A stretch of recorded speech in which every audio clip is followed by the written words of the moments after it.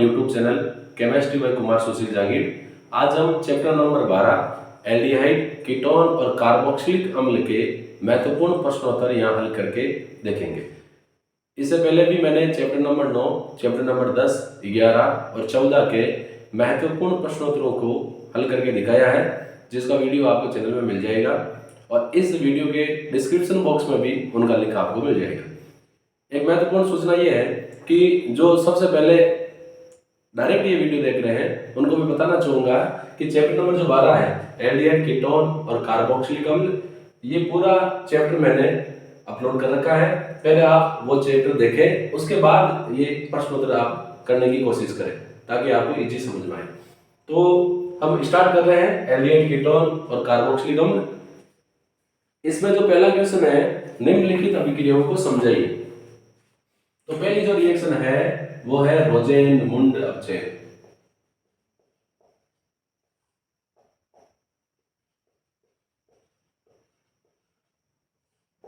यह एल्डिहाइड निर्माण की विधि है। इसमें हम एसिड क्लोराइड लेते हैं, ये हो गया एसिड क्लोराइड। इसका हम अपचयन करेंगे तो एडिशन ले रहे हैं हाइड्रोजन, साथ में ले रहे हैं पैलेडियम और BaSO4। तो क्या होगा, बॉन्ड कार्बन और क्लोरीन के बीच से टूटेगा, एक हाइड्रोजन कार्बन से जुड़ेगी तो बन जाएगा RC≡OH प्लस एक इससे जुड़ जाएगी Cl से तो बन जाएगा HCl। एल्डिहाइड बन गया। इस रिएक्शन में जो पैलेडियम है वो कार्य करता है उत्प्रेरक का, लेकिन जो बेरियम सल्फेट है BaSO4 ये उत्प्रेरक विष का कार्य करता है। अगर हम बेरियम सल्फेट का उपयोग नहीं करें तो एल्डिहाइड आगे अपचयित होकर अल्कोहल बना लेगी। एल्डिहाइड को अल्कोहल में कन्वर्ट होने से बचाने के लिए हम बेरियम सल्फेट लेते हैं। ये पैलेडियम की उत्प्रेरक क्षमता को कम कर देगा, परिणाम स्वरूप हमें एल्डिहाइड ही मिलेगा। अगली रिएक्शन है गाठरमान कोक अभिक्रिया।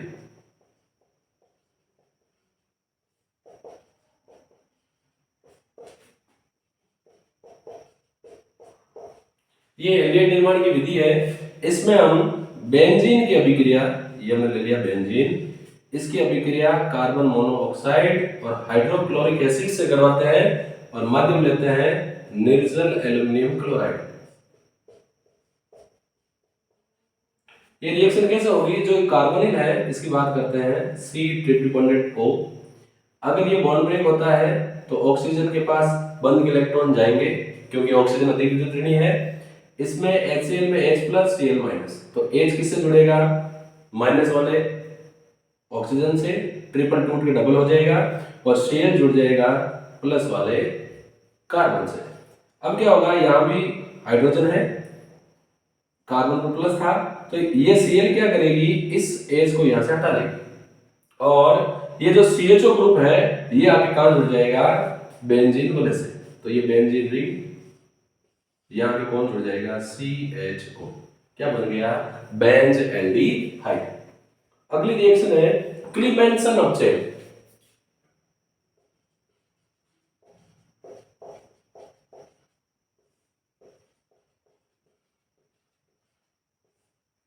क्लीमेंसन अपचयन कार्बोनिल समूह का अपचयन है।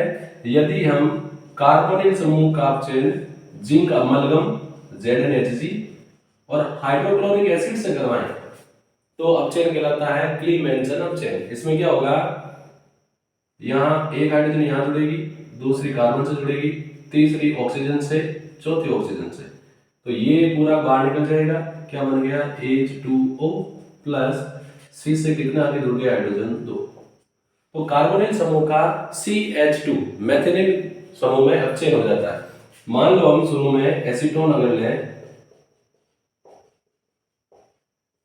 सेम अगर कंडीशन अप्लाई करें तो क्या होगा, एक हाइड्रोजन ऑक्सीजन से जुड़ेगा, दूसरा कार्बन से जुड़ेगा, तीसरा फिर ऑक्सीजन से जुड़ेगा, चौथा कार्बन से जुड़ेगा। यहां से क्या निकल जाएगा, H2O, फिर से क्या बचेगा, CH3, C से दो हाइड्रोजन आके जुड़ जाएंगे, CH2 CH3, प्रोपेन बन गया और साथ में क्या निकल गया, H2O। अगला है वुल्फ-किस्लर अपचयन।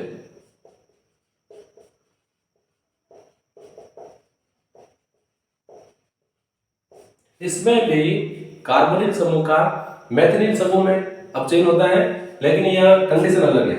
इसमें कार्बोनिल समूह का अपचयन हम करवाते हैं हाइड्रोजन से, H2NNH2। तो NH2 को बोलते हैं हाइड्रोजन। जब ये हाइड्रोजन इसे रिएक्शन करेगी तो ये हाइड्रोजन का H2 और इसका ऑक्सीजन क्या निकल जाएगा, -H2O।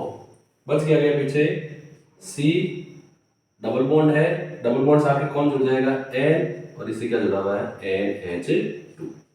अब हम क्या करते हैं, इसके रिएक्शन करवाते हैं सोडियम एथॉक्साइड से, C2H5ON।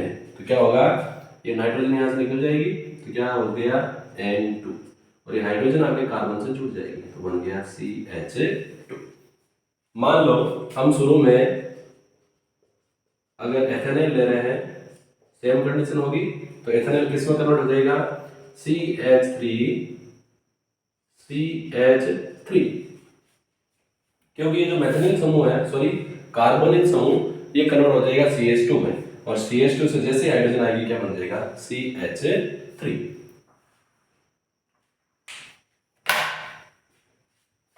तो ध्यान रखने वाली बात यही है कि अगर क्लीवेंसन अपचयन होगा तो हम काम में लेंगे जिंक अमलगम और हाइड्रोक्लोरिक एसिड।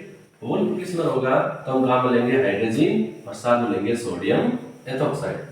दोनों अपचयन सेम है, दोनों ही अपचयन में कार्बोनिल समूह का अपचयन होता है मैथिनिल समूह।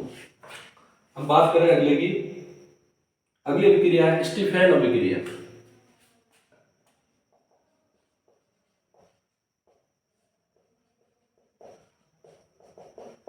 स्टीफेन अभिक्रिया जो है ये भी एल्डिहाइड निर्माण की एक अभिक्रिया है।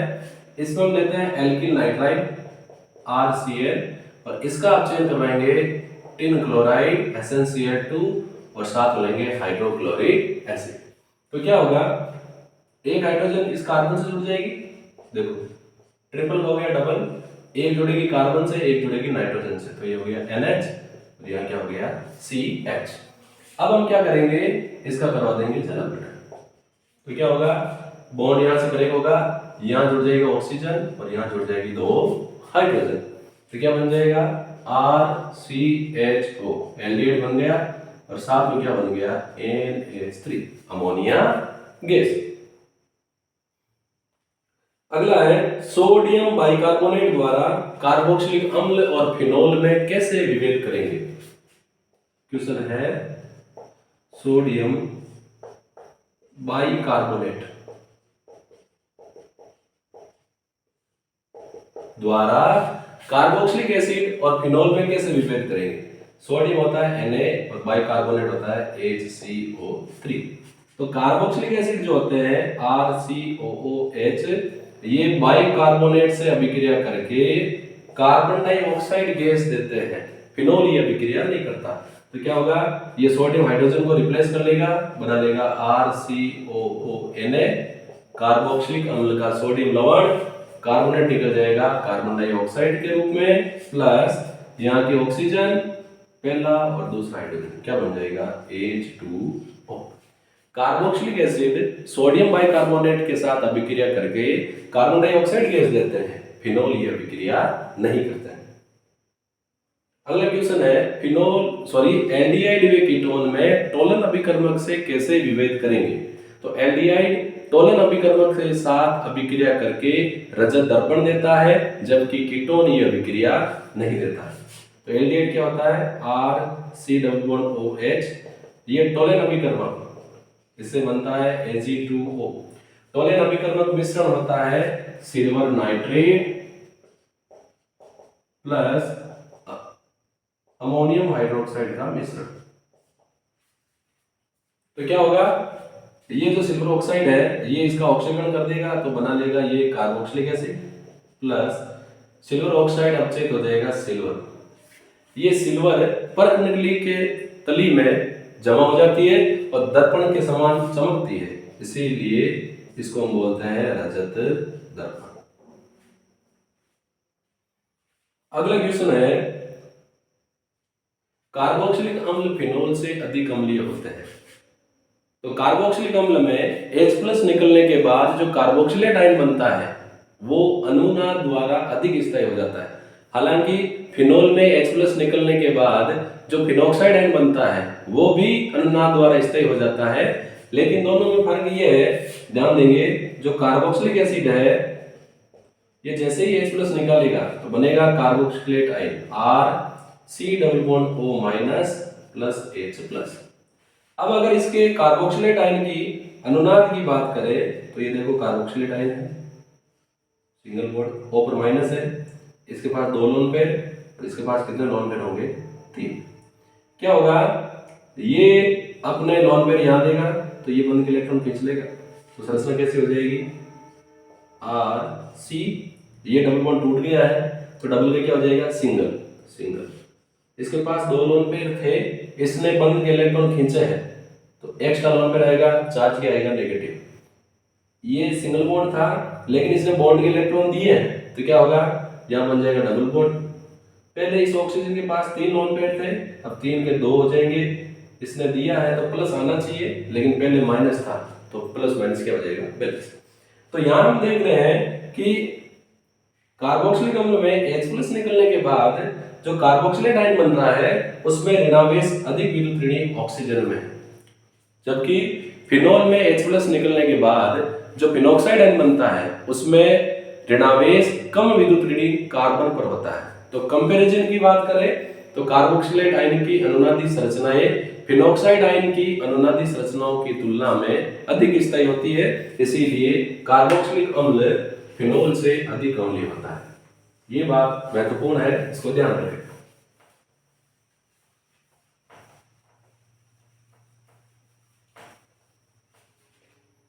अब आते हैं हम अगले क्वेश्चन पर। अगला क्वेश्चन है कार्बोक्सिलेट आयन अनुनाद द्वारा कैसे स्थायी होता है, समझाइए। तो हमने ये अनुनाद अभी बना के देख लिया है। आते हैं अगले क्वेश्चन पर। कार्बोक्सिलिक अम्लों के क्वथनांक समान अणुभार वाले एल्डिहाइड और कीटोन से अधिक होते हैं, क्यों? तो कार्बोक्सिलिक अम्ल जो होते हैं वो क्या करते हैं, हाइड्रोजन बंध द्वारा द्विलक बना लेते हैं। 2 कार्बोक्सिलिक अम्ल मिलकर एक अणु बना लेते हैं, इसीलिए इनमें प्रबल हाइड्रोजन बंध पाया जाता है जिसको तोड़ने के लिए अधिक ऊर्जा की आवश्यकता होती है, इसीलिए इनके क्वथनांक एल्डिहाइड और कीटोन से अधिक होते हैं। अब ये द्विलक कैसे बनेगा, तो जैसे सपोज करो ये अपना कार्बोक्सिलिक अम्ल RC+OH, ऐसे दूसरा आएगा तो C से जुड़ा हुआ ROH, इससे जुड़ा हुआ डबल बॉन्ड O। अब स्ट्रक्चर बनाते समय हमें ये ध्यान रखना है कि हमें यहाँ हाइड्रोजन बंध बनाना है तो ऑक्सीजन के पास कौन आना चाहिए, हाइड्रोजन। तो हमने डबल बॉन्ड वाले ऑक्सीजन के पास OH लगा दिया, और क्योंकि यहाँ OH है तो जाहिर सी बात है यहाँ क्या आना चाहिए, ऑक्सीजन। अब देखो इस कार्बन ऑक्सीजन में अधिक विद्युत ऋणी कौन, ऑक्सीजन, तो इस पर आएगा आंशिक ऋणावेश। इस ऑक्सीजन हाइड्रोजन में अधिक विद्युत ऋणी कौन, ऑक्सीजन, तो हाइड्रोजन पर क्या आएगा, धनावेश। ऐसे ही हाइड्रोजन पर धनावेश, ऑक्सीजन पर ऋणावेश। ये ऋणावेशित ऑक्सीजन और धनावेशित हाइड्रोजन, ऐसे ही धनावेशित हाइड्रोजन ऋणावेशित ऑक्सीजन, इनके बीच में कौन सा बॉन्ड बन जाएगा, हाइड्रोजन बंध। क्योंकि 2 अणुओं के मध्य हाइड्रोजन बंध बन रहा है तो ये बहुत ज्यादा प्रबल होता है, इसीलिए इनके क्वथनांक अल्कोहल फिनोल से भी अधिक होते हैं। अगला क्वेश्चन है एथेनोइक अम्ल की वाष्प अवस्था में संरचना बनाइए। एथेनोइक अम्ल का फॉर्मूला होता है CH3COOH। तो एथेनोइक अम्ल की वाष्प प्रावस्था में संरचना बनेगी तो क्या होगा, एथेनोइक अम्ल वाष्प प्रावस्था या बेंजीन में द्विलक बना लेते हैं। तो संरचना बनाने के लिए हमें क्या करना पड़ेगा, R की जगह हमें क्या लिखना है, ओनली CH3। अगला क्वेश्चन है किस समूह के परीक्षण के लिए टोलन अभिकर्मक काम में लिया जाता है, इसकी अभिक्रिया दीजिए।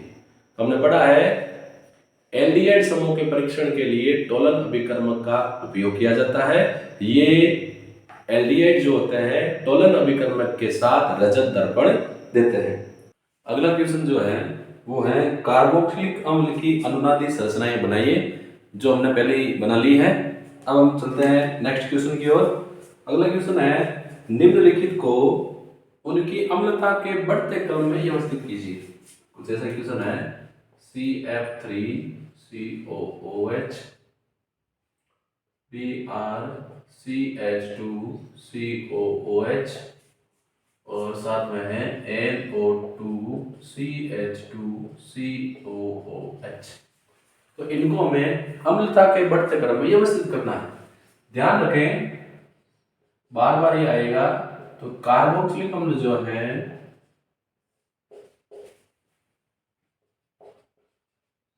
इनमें जैसे ही H+ निकलता है, H+ निकलने के बाद बनता है कार्बोक्सिलेट आयन। ये जो कार्बोक्सिलेट आयन बना है इसमें ऑक्सीजन पर ऋणावेश है। अब ये 8 समूह जो है, अगर ये इलेक्ट्रॉन दाता समूह है तो ये इलेक्ट्रॉन देगा, परिणाम स्वरूप कार्बन पर नेगेटिव आएगा और वो आगे शिफ्ट होकर ऑक्सीजन पर जाएगा।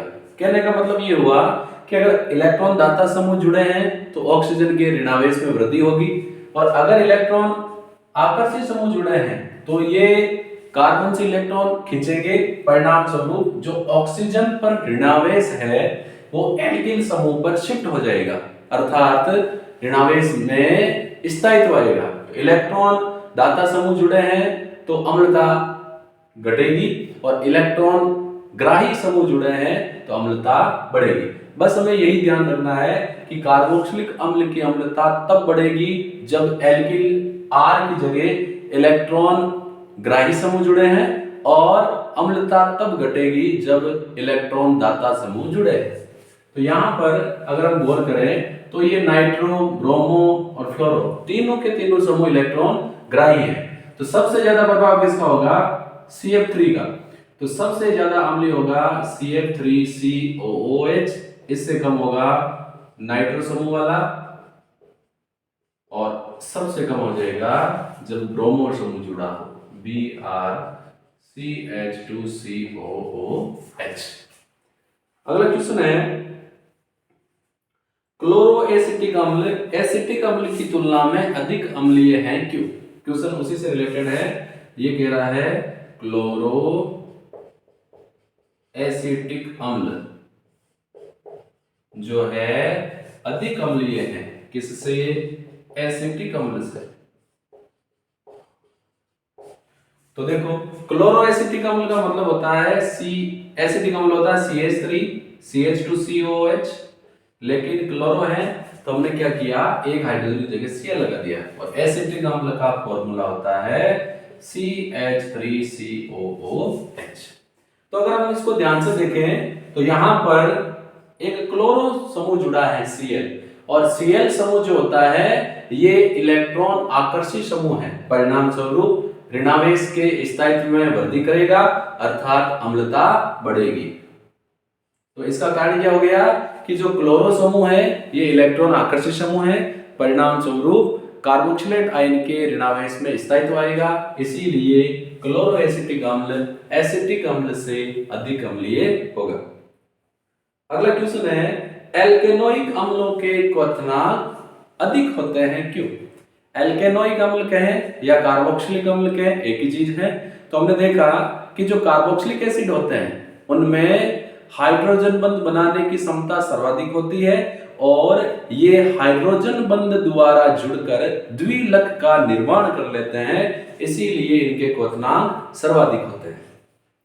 नेक्स्ट क्वेश्चन है, एसीटोन का रासायनिक सूत्र और IUPAC नाम लिखिए।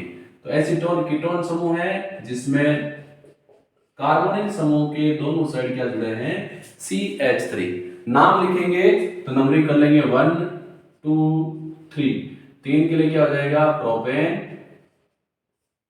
अब जब कीटोन क्रियात्मक समूह होता है तो इसका अनुलग्न लगता है ऑन, तो प्रोपेन और कहां पर जुड़ा है? 2 पर, तो नाम हो जाएगा प्रोपेन 2 ऑन। अगला है, निम्नलिखित को उनकी अम्लता के बढ़ते क्रम में अरेंज करना है। तो मैं लिख रहा हूं, पहला क्वेश्चन है, इसमें दे रखा है बेंजोइक अम्ल,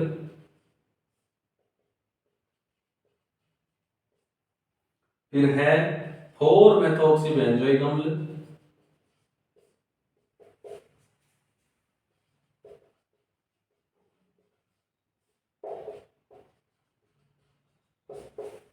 और 4 नाइट्रो बेंजोइक अम्ल।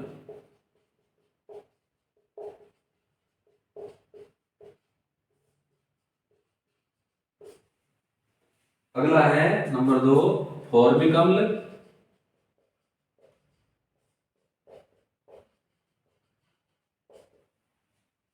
एसिटिक अम्ल,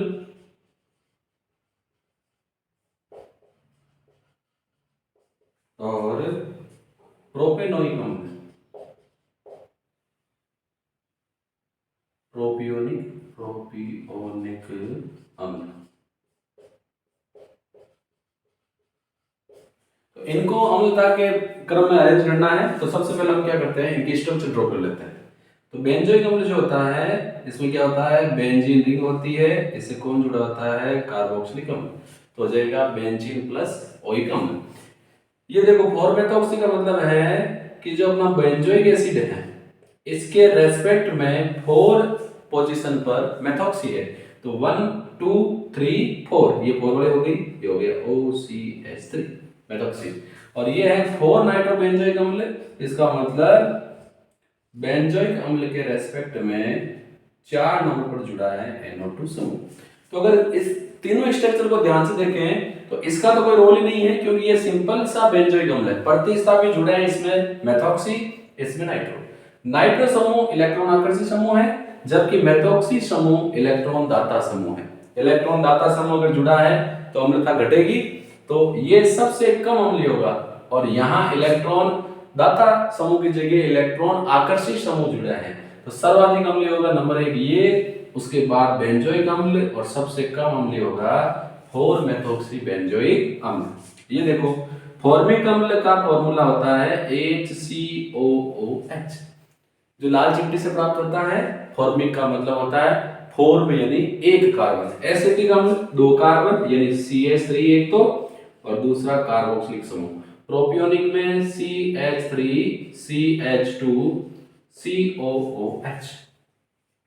अगर ध्यान से देखें तो यहाँ कोई समूह नहीं जुड़ा है, लेकिन यहाँ मेथिल समूह है जो इलेक्ट्रॉन दाता समूह है, और इलेक्ट्रॉन दाता समूह अम्लता घटाते हैं। और यहाँ एथिल समूह है, ये भी एल्किल समूह है, और ये भी इलेक्ट्रॉन दाता समूह है, लेकिन ये बड़ा है और ये छोटा है, तो इसका प्रभाव अधिक होगा, अम्लता अधिक घटेगी। तो सर्वाधिक अम्लीय होगा फॉर्मिक अम्ल, फिर एसिटिक अम्ल, और सबसे दुर्बल अम्ल होगा प्रोपियोनिक अम्ल। अगला क्वेश्चन है प्रोपियोनिक अम्ल की अनुनादी संरचना ही बनाई। तो मैं नॉर्मली जो कार्बोक्सिलिक एसिड होता है उसकी यहाँ संरचना बना रहा हूं। इसकी संरचनाएं हमने पहले ही बना रखी है। ये कार्बोक्सिलिक अम्ल है, यहाँ ऑक्सीजन ने 2 बंद यहाँ बनाए, बाकी बचे 4 इलेक्ट्रॉन। इस ऑक्सीजन ने एक यहाँ बनाया, एक यहाँ बनाया, कितने बच गए, 2 इलेक्ट्रॉन। अब क्या होगा, अगर मैं R की जगह CH2 CH3 लिख दूं तो ये कौन सा अम्ल हो जाएगा, प्रोपियोनिक अम्ल। प्रोपियोन का मतलब होता है 3 कार्बन। तो संरचना में क्या होगा, हमने पहले ही जैसे बनाई है, क्या होगा, ये ऑक्सीजन कार्बन और ऑक्सीजन बंध के इलेक्ट्रॉन को अपनी ओर खींच लेगा, तो ये अपना लोन पेयर यहाँ दे देगा। क्या संरचना बन जाएगी, संरचना बन जाएगी CH3 CH2C। यहां तक आ गया, ये डबल का क्या हो गया, सिंगल। पहले इसके पास 4 इलेक्ट्रॉन थे, बंद के इलेक्ट्रॉन खींचे हैं, 6 हो जाएंगे, 4 जाएगा नेगेटिव। यहाँ पहले सिंगल था ऑक्सीजन और कार्बन के बीच में, ऑक्सीजन ने लोन पेयर इलेक्ट्रॉन दिए, तो क्या आ जाएगा, double bond H, 2 lone pair का एक हो गया, इसने दिया, इसमें क्या आएगा, प्लस। एक संभावित संरचना ये भी हो सकती है कि ये यहां नहीं मूवमेंट करे, तो क्या हो सकता है, CH3 CH2 CO, ये डबल टूट के सिंगल हो गया, ये ऑक्सीजन है, ये हाइड्रोजन है, कार्बन पर क्या आ जाएगा, प्लस। तो जितने भी कार्बोक्सिलिक एसिड है उनकी अनुनादी संरचनाएं नॉर्मल होती हैं, चाहे हमें प्रोपेनिक पूछे एसिटिक अम्ल पूछे, हमें केवल R की जगह चेंज करनी है। अब हम बात करते हैं अगले क्वेश्चन की, और अगला क्वेश्चन है निम्नलिखित के लिए रासायनिक समीकरण लिखिए, इसकी बात करते हैं। रासायनिक समीकरण के लिए पहला जो क्वेश्चन है वो ये है, ग्रिग्नियन अभिकर्मक से कार्बोक्सिलिक अम्ल का निर्माण। हमें ग्रिग्नियन अभिकर्मक, अपना टारगेट क्या है, ग्रिग्नार अभिकर्मक से हमें कार्बोक्सिलिक एसिड बनाना है। तो इसके लिए सिंपल सी रिएक्शन है RMgX। ये क्या होता है? ग्रिग्नार अभिकर्मक। इसकी रिएक्शन हम करवाएंगे कार्बन डाइऑक्साइड के साथ। जैसा कि पता है कार्बन और ऑक्सीजन में अधिक विद्युत ऋणी कौन? ऑक्सीजन। ऑक्सीजन पर क्या आएगा? आंशिक ऋण आवेश। कार्बन पर क्या आएगा? आंशिक धन आवेश। ग्रिग्नार अभिकर्मक में बॉन्ड टूटेगा कार्बन और मैग्नीशियम का बीच का, मैग्नीशियम पर प्लस, आर पर माइनस। हमें प्लस और माइनस को जोड़ना है। तो देखो ये सी था, इससे डबल बॉन्ड से जुड़ा हुआ O, ये हो गया सिंगल। O पर क्या आया है? माइनस। माइनस पर कौन जुड़ेगा? प्लस वाला MgX। और ये C पर क्या है? प्लस। प्लस पर कौन जुड़ेगा? माइनस वाला R। अब इसका क्या करवा दो? जल अपघटन HOH। OH पर माइनस और H पर प्लस। तो क्या बन जाएगा? देखो बॉन्ड टूटेगा ऑक्सीजन और मैग्नीशियम के बीच का, मैग्नीशियम पर प्लस, O पर माइनस। तो बचा क्या? RC double bond OO। O पर माइनस है तो वाटर वाला प्लस जुड़ जाएगा H प्लस। MgX पर प्लस है तो इसे जुड़ जाएगा MgX अगला क्वेश्चन है एथिल बेंजोइड से बेंजोइक अम्ल का निर्माण। अगला टारगेट है एथिल बेंजोएट से बेंजोइक अम्ल का निर्माण। तो इसके लिए हम क्या करेंगे? पहले संरचना बनाते हैं एथिल बेंजोएट। तो देखो बेंजोएट है, इसका मतलब C6H5C डबल बॉन्ड O। ये बेंजोएट है। एथिल है तो यहाँ क्या लग जाएगा? C2H5। इससे क्या बनाना है? बेंजोइक अम्ल। बेंजोइक अम्ल का फॉर्मूला क्या है? C6H5C double bond OOH। ये हमें बनाना है। तो सिंपल सी चीज है, इसका हम क्या करवाते हैं? जल अपघटन। H पर प्लस, OH पर माइनस, बॉन्ड टूटेगा ऑक्सीजन और कार्बन के बीच का, इस पर प्लस, O पर माइनस। तो माइनस वाले O से जुड़ जाएगा H, क्या बन जाएगा? C6H5COOH बेंजोइक एसिड प्लस साथ बन जाएगा C2H5, इससे आगे जुड़ जाएगा माइनस वाला OH। अगला है बेंजोइक अम्ल से बेंजेमाइड का निर्माण। नंबर थर्ड क्या है? नंबर थर्ड है बेंजोइक अम्ल से बेंजेमाइड। बेंजेमाइड का मतलब है एमाइड है। ये रिएक्शन हमने पढ़ी है कार्बोक्सिलिक अम्ल की अमोनिया से अभिक्रिया। तो ये देखो बेंजोइक अम्ल हो गया C6H5C डबल बॉन्ड OOH। ये क्या है? बेंजोइक अम्ल। इसकी रिएक्शन करवाते हैं अमोनिया से। तो क्या हो जाएगा? ये NH3 इस हाइड्रोजन से जुड़ जाएगा, हो जाएगा C6H5C डबल बॉन्ड OO। यहां तक पहुंच गए। ये H और ये NH3 मिलकर बना लेंगे NH4। ये बन गया बेंजोइक एसिड का अमोनियम लवण। अब क्या करेंगे? इसको गर्म करेंगे फास्फोरस पेंटाऑक्साइड के साथ। तो क्या होगा? यहां से दो हाइड्रोजन, यहां से एक ऑक्सीजन, क्या बाहर निकल जाएगा? H2O। ये निकल गया H2O। फिर से क्या बच गया? ध्यान देंगे C6H5C डबल बॉन्ड O। अब देखो ये ऑक्सीजन गया, दो हाइड्रोजन गई, बचा क्या? नाइट्रोजन। और नाइट्रोजन के पास कितने हाइड्रोजन बच गई? दो। अपने क्या बन गया? बेंजीन का एमाइड, बेंजेमाइड। अगला क्वेश्चन है निम्नलिखित को अम्लता के बढ़ते क्रम में अरेंज करना है। तो ये है CH3 2CHCOOH HCOOH CH3CH2COOH और CH3 अभी मैंने थोड़ी देर पहले बात की थी कि अगर इलेक्ट्रॉन दाता समूह जुड़े हैं तो अम्लता घटेगी। सारे के सारे जो एल्किल समूह हैं वो इलेक्ट्रॉन दाता समूह हैं। यहाँ दो हैं यहाँ बिल्कुल नहीं है, यहाँ 1 है और यहाँ कितने हैं 3। तो सबसे ज्यादा अम्लीय होगा फॉर्मिक अम्ल, क्योंकि इसके पास कोई समूह नहीं है। फिर होगा प्रोपियोनिक अम्ल, क्योंकि इसके पास एथिल समूह है। फिर उससे कम कौन होगा, CH3CHCOOH, और सबसे कम होगा CH3COOH। अम्लता से संबंधित कई बार सवाल पूछे गए हैं। हमें केवल अरेंज करते समय ये ध्यान रखना है कि इलेक्ट्रॉन आकर्षित समूह जुड़े हैं, तो जैसे जैसे इलेक्ट्रॉन आकर्षित समूह का आकार बढ़ेगा अम्लता घटेगी। और अगर अगर इलेक्ट्रॉन दाता समूह जुड़े हैं तो जैसे जैसे इलेक्ट्रॉन दाता समूह का आकार बढ़ेगा अम्लता घटेगी। और अगर इलेक्ट्रॉन ग्राही या इलेक्ट्रॉन आकर्षी समूह जुड़े हैं तो जैसे जैसे इलेक्ट्रॉन आकर्षी समूह का आकार बढ़ेगा अम्लता बढ़ेगी।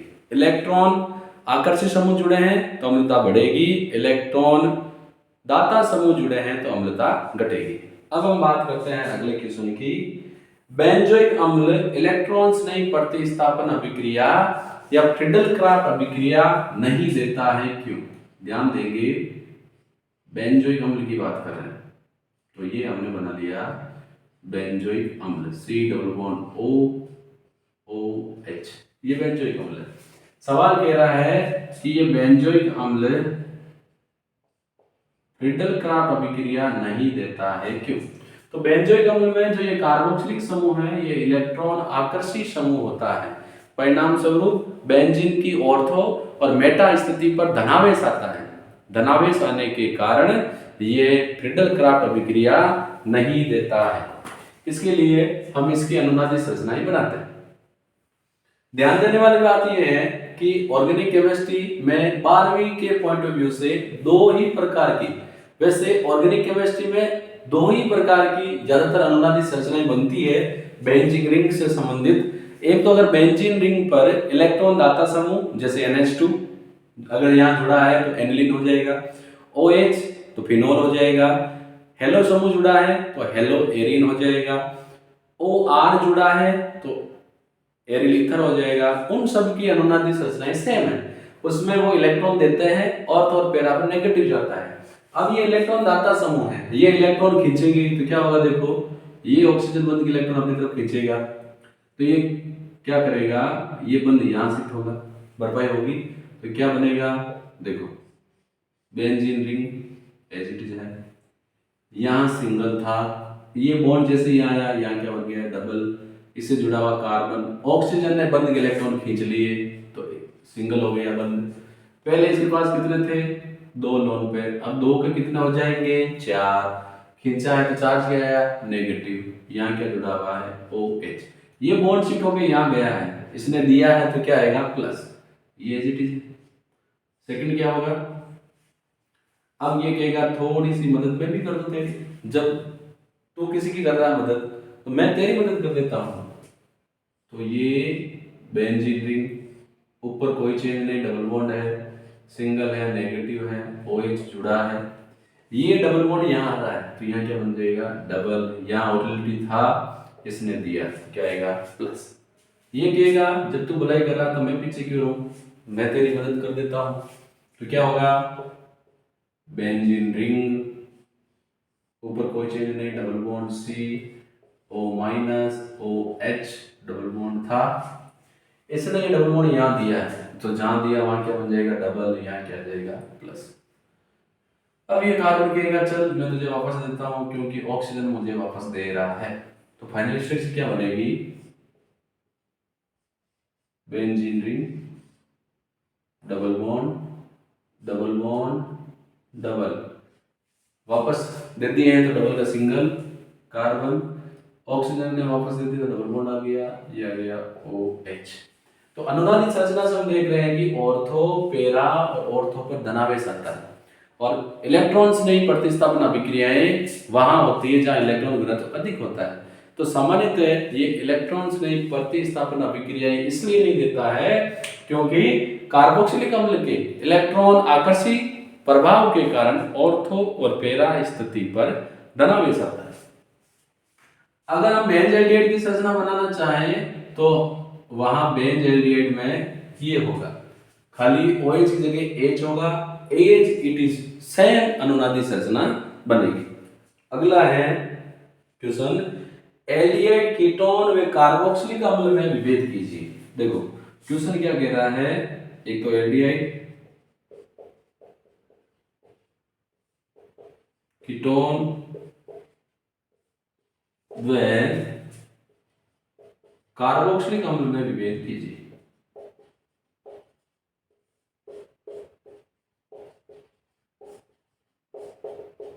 हमें बताना है कि कौन दिया गया एल्डिहाइड या कीटोन है या कार्बोक्सिलिक एसिड।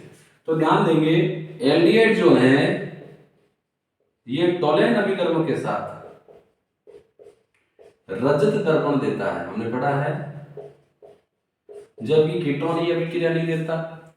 कार्बोक्सिलिक अम्ल जो है, मान लो जैसे ये कोई कार्बोक्सिलिक एसिड है RCOOH, ये सोडा लाइम यानी NaOH प्लस कैल्शियम ऑक्साइड के साथ एल्केन देता है, जबकि एल्डिहाइड और कीटोन ये अभिक्रिया नहीं देते हैं। तो एल्डिहाइड रजत दर्पण देता है टोलन अभिकर्मक के साथ, कीटोन ये रिएक्शन नहीं देता, जबकि कार्बोक्सिलिक एसिड सोडा लाइम के साथ एल्केन देते हैं, एल्डिहाइड और कीटोन ये रिएक्शन नहीं देते। अगला क्वेश्चन है, निर्माण वाली रिएक्शंस है उसकी बात करते हैं।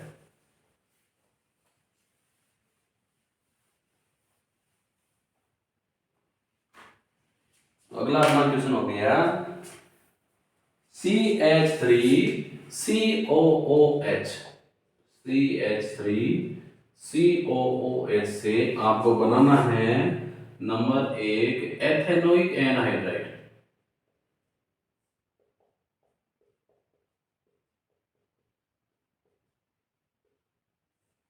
नंबर 2 बनाना है मेथेन, नंबर 3 बनाना है एसिटामाइड,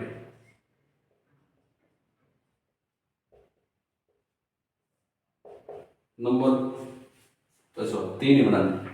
तो बात करते हैं, एथेनोइक एनहाइड्राइड बनाना है अपने को एसिटिक अम्ल से। तो हमें क्या करना पड़ेगा, हम एसिटिक अम्ल के 2 अणु लेंगे, ये दूसरा अणु, इनको लाल फास्फोरस की उपस्थिति में गर्म करेंगे, या फास्फोरस पेंटाऑक्साइड ले सकते हैं। गर्म करेंगे क्या होगा, यहां से H निकलेगा और यहां से क्या निकल जाएगा OH, माइनस क्या निकल गया H2O, क्या बन गया देखो CH3CO, यहां क्या बचा O, यहां क्या बचा COCH3, 2 कार्बन यहां 2 कार्बन यहां, क्या बन गया एथेनोइक एनहाइड्राइड। मेथेन बनाने के लिए क्या करेंगे, मेथेन बनाने के लिए हम इसकी रिएक्शन करेंगे सोडा लाइम के साथ। सोडा लाइम होता है NaOH प्लस कैल्शियम ऑक्साइड का मिश्रण। तो यहाँ क्या होगा, यहाँ सोडियम हाइड्रोक्साइड के दोनों भाग लेंगे, पहला और ये दूसरा, एक इनसे क्या अलग हो जाएगा वाटर H2O, और एक ये पूरा का पूरा बन जाएगा। तो देखो एक तो बन गया H2O प्लस, ये क्या है देखो Na2CO1 और 2 और 3, Na2CO3, बाकी क्या बन गया CH3 से H जुड़ जाएगा, क्या बन गया CH4, क्या बन गई मेथेन। एसिटामाइड, ये अभी हमने रिएक्शन करवाई थी, हम क्या करेंगे कार्बोक्सिलिक एसिड लेंगे, इसकी रिएक्शन किससे करवाएंगे NH3 से। NH3 से रिएक्शन होगी तो क्या होगा, ये नाइट्रोजन सीधा आके ऑक्सीजन से जुड़ जाएगा, तो क्या है CH3 C++OO, इस N से पहले 3 हाइड्रोजन जुड़े हैं, एक और आके जुड़ जाएगा, बन जाएगा NH4। अब क्या करेंगे, इसको गर्म करेंगे, तो यहां से कितनी हाइड्रोजन जाएगी 2, यहां से क्या जाएगा O, क्या निकल जाएगा -H2O, बचेगा क्या CH3 C++OO, हाइड्रोजन चली गई, ऑक्सीजन चला गया, तो ऑक्सीजन नहीं रहेगा, बाकी क्या बचेगा NH2, क्या बन गया एसिटामाइड।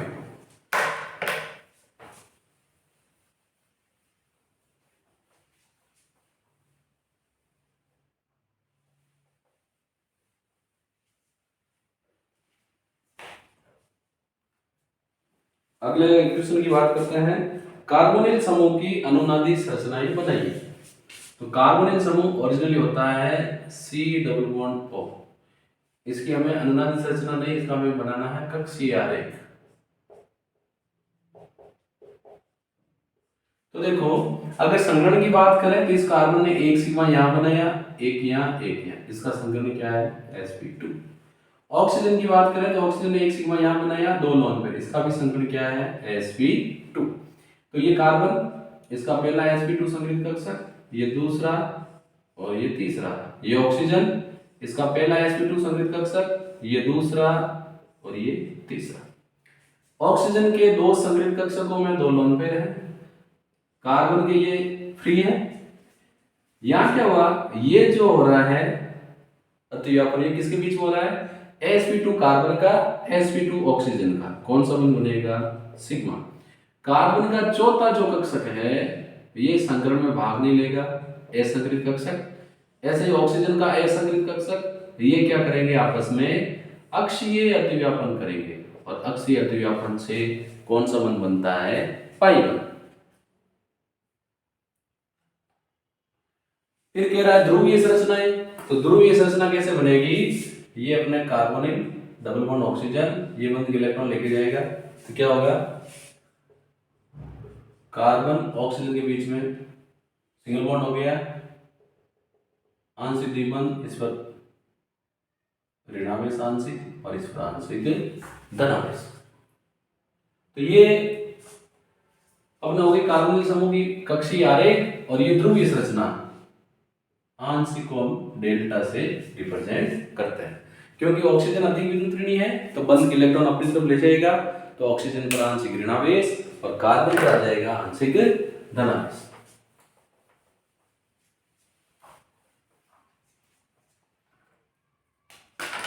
नेक्स्ट क्वेश्चन है, एथेन नाइट्राइल को एथेनोइक अम्ल में परिवर्तित करने वाली समीकरण दीजिए।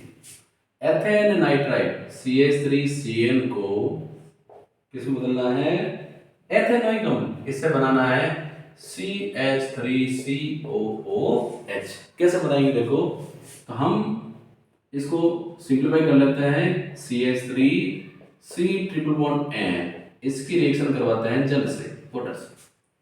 तो कार्बन और नाइट्रोजन में नाइट्रोजन अधिक विद्युत ऋणी, माइनस जाएगा, कार्बन पर जाएगा प्लस, इसमें H पर प्लस OH पर माइनस, तो क्या होगा CH3C ट्रिपल का हो गया डबल, N नेगेटिव, इस पर जुड़ेगा पॉजिटिव वाला H, और O पर पॉजिटिव, तो इससे जुड़ गया नेगेटिव वाला OH, बॉन्ड शिफ्टिंग होगी।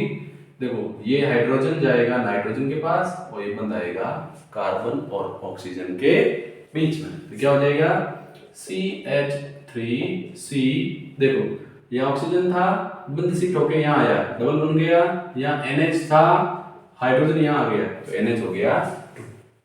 अब क्या करेंगे, अब इसका करवा लो जल अपघटन HOH, तो क्या होगा बॉन्ड यहाँ से टूटेगा, नाइट्रोजन पर माइनस, कार्बन पर प्लस, माइनस वाले से जुड़ेगा H प्लस, प्लस वाले से जुड़ेगा OH माइनस, तो क्या बन जाएगा CH3C++O था, आके जुड़ गया OH प्लस NH2 से आके जुड़ गया H, बन गया NH3। तो अपने क्या बन गया एथेनोइक अम्ल। अगला है एथिल मैग्नीशियम ब्रोमाइड की कार्बन डाइऑक्साइड के साथ रिएक्शन दीजिए। तो देखो ethyl CH3CH2, magnesium Mg, bromide Br, reaction देनी है कार्बन डाइऑक्साइड के साथ। हम पढ़ चुके हैं, ये बॉन्ड टूटेगा ऑक्सीजन की तरफ नेगेटिव, कार्बन पर पॉजिटिव, बॉन्ड टूटेगा कार्बन और मैग्नीशियम के बीच का, मैग्नीशियम पर प्लस, एल्किल पर माइनस, तो क्या होगा देखो कार्बन डबल बॉन्ड ऑक्सीजन, ये सिंगल हो गया, O पर माइनस, माइनस वाले से जुड़ गया प्लस वाला MgBr, और कार्बन पर प्लस था, इससे जुड़ गया माइनस वाला CH2CH3, इसे क्या करवा दो जल अपघटन HOH। बॉन्ड टूटेगा कहां से, ऑक्सीजन मैग्नीशियम के बीच का, मैग्नीशियम पर प्लस, ऑक्सीजन पर माइनस, यहाँ माइनस से जुड़ जाएगा जल का H प्लस, और प्लस से जुड़ जाएगा OH माइनस। क्या बन गया? CH3 CH2 C double bond O OH, CH3 CH2 C double bond O OH plus MgBr OH, MgBr OH बन गया अपना प्रोपेनोइक अम्ल। निम्नलिखित यौगिकों को क्वथनांक के बढ़ते क्रम में व्यवस्थित कीजिए। ब्यूटेनेल,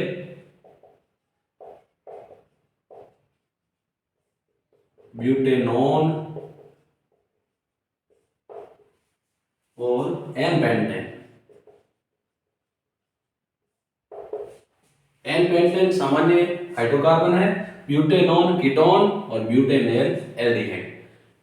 कीटोन के क्वथनांक एल्डिहाइड से ज्यादा होते हैं और इनके क्वथनांक हाइड्रोकार्बन से भी अधिक होते हैं। तो सर्वाधिक होगा ब्यूटेनॉन, फिर ब्यूटेनेल और सबसे कम होगा एन-पेंटेन। अगला है निम्नलिखित यौगिकों को नाभिक स्नेही योगात्मक अभिक्रियाओं के बढ़ते क्रम में व्यवस्थित कीजिए। तो पहला है CH3 CHO HCOOH CH3 C double bond O CH3। देखो हमने शुरू में पढ़ा है कि कार्बोनिल समूह नाभिक स्नेही योगात्मक अभिक्रिया देते हैं। ये बंध जैसे ही ध्रुवीय होता है, ऑक्सीजन पर आंशिक ऋणावेश, कार्बन पर आंशिक धनावेश आता है। कार्बोनिल समूह नाभिक स्नेही योगात्मक अभिक्रिया इसलिए देते हैं क्योंकि कार्बोनिल समूह ध्रुवीय होता है और कार्बन पर धनावेश आता है। तो धनावेशित कार्बन पर नाभिक स्नेही आसानी से जुड़कर उत्पाद देता है। अब क्रियाशीलता की बात करें तो ये ध्यान रखें कि कार्बन पर जितना अधिक धनावेश आएगा, नाभिक स्नेही योगात्मक अभिक्रिया उतनी ही ज्यादा दी जाएगी। धनावेश कब आएगा? जब इस पर अगर इलेक्ट्रॉन आकर्षित समूह जुड़े हैं, कार्बन से इलेक्ट्रॉन खींचेंगे तो धनावेश आएगा। अगर इलेक्ट्रॉन दाता समूह जुड़े हैं तो कार्बन को इलेक्ट्रॉन देंगे, ऋणावेश आएगा, अर्थात धनावेश में कमी होगी। तो ये देखो इसमें कोई समूह नहीं जुड़ा है, इसमें 2 इलेक्ट्रॉन दाता समूह जुड़े हैं, क्रियाशीलता घटेगी। इसमें 1 इलेक्ट्रॉन दाता समूह जुड़ा है, तो सर्वाधिक देगा फॉर्मिक एसिड, उसके बाद एल्डिहाइड और उसके बाद कीटोन। तो ये सवाल भी बनता है कि एल्डिहाइड की तुलना में कीटोन नाभिक स्नेही योगात्मक अभिक्रियाएं कम देते हैं। क्यों? क्योंकि कीटोन में 2 एल्किल समूह होते हैं जिनका इलेक्ट्रॉन दाता प्रभाव होता है, परिणाम स्वरूप कार्बोनिल समूह के कार्बन के धनावेश में कमी आती है, इसीलिए नाभिक स्नेही योगात्मक अभिक्रियाएं कम देते हैं।